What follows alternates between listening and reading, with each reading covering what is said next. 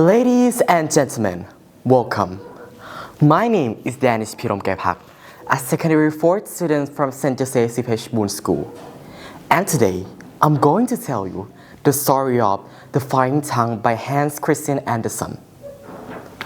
There was once a merchant who was so rich that he paved the whole street, and perhaps a little side street beside with silver.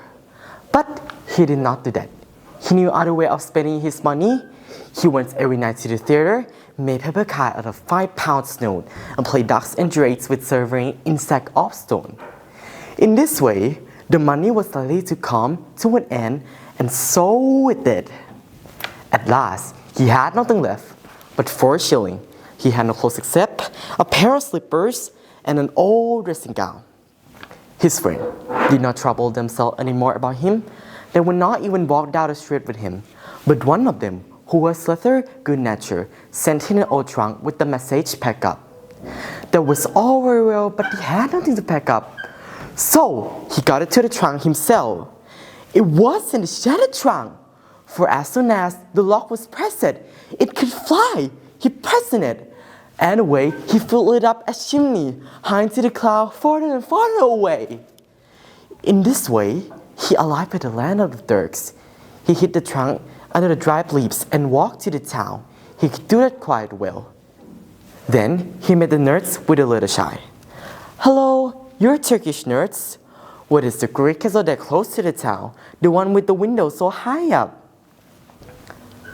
"The Sultan's daughter sleep there," she replied.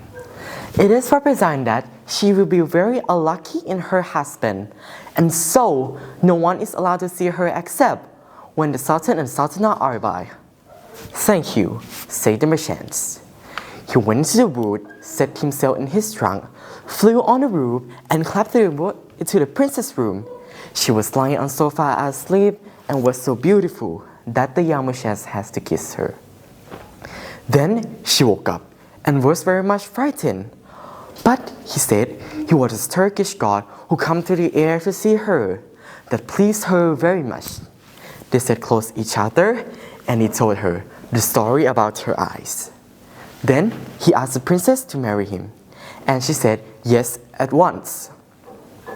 "But you must come here on Saturday, for then the Sultan and Sultana are coming to tea with me.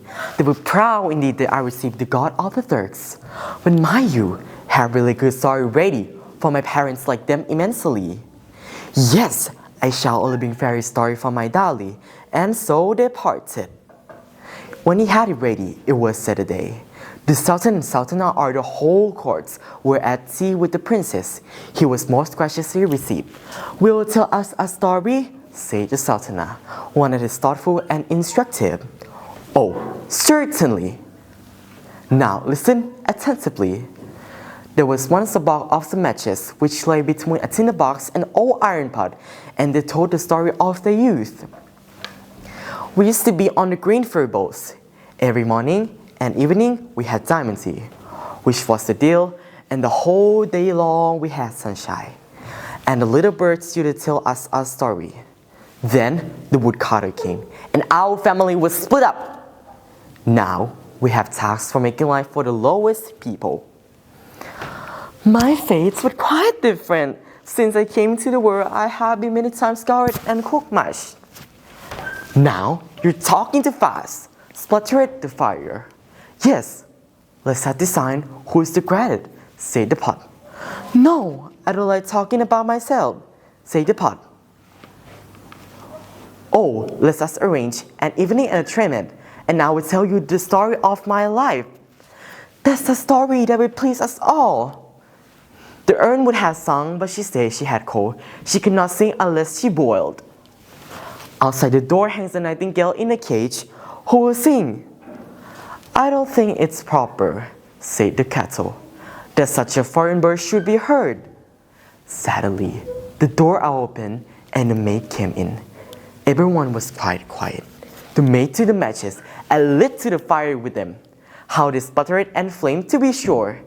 Now everyone can see that we are the grandest. How we sparkle! What a light! "That was a delightful story," said the Sultana. Now you shall marry our daughter.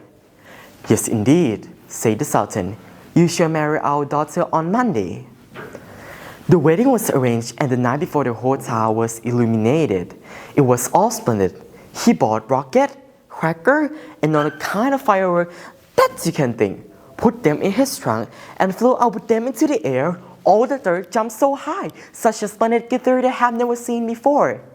As soon as the young merchant came down again into the wood with his trunk, he thought, now I will go to the town and see how the show had taken. Oh, what the story the people had to tell! Each one had seen it differently, but found it beautiful. I saw the Turkish god, who had eyes like a king star and beard like foaming water. He flew away in a cloak of fire. There was funny thing that he heard. And the next day was his wedding day. Then he went back into the wood to sit in his trunk. But what did come of it? The trunk had been burnt. A spark of the firework had set it alight. It was in ashes. It could no longer fly and could never reach its bride. She stood the whole day long on roof and waited. Perhaps she is still waiting there. But he wandered through the world and told the story. Though they are not so merry as the one he told about the matches.